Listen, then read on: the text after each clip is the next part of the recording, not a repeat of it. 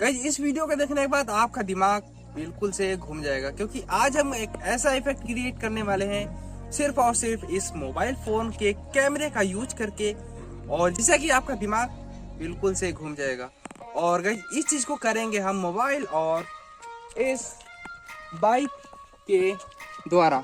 हम क्या करने वाले हैं, इस मोबाइल फोन को नहीं, जिससे आप देख रहे हो हमें, उस मोबाइल फोन को फिक्स करेंगे इस बाइक के ऊपर कुछ इस प्रकार से। और गाइस इसे बाइक को चलाकर घुमाकर इससे इफेक्ट क्रिएट करेंगे। तो शायद इस वीडियो में काफी मजा आने वाला है, और आप भी इस वीडियो में वही लोग इस वीडियो को देखना जो इसे चक्कर वक्कर ना आता हो यार, नहीं तो पता चले वहीं पर गिर पड़े।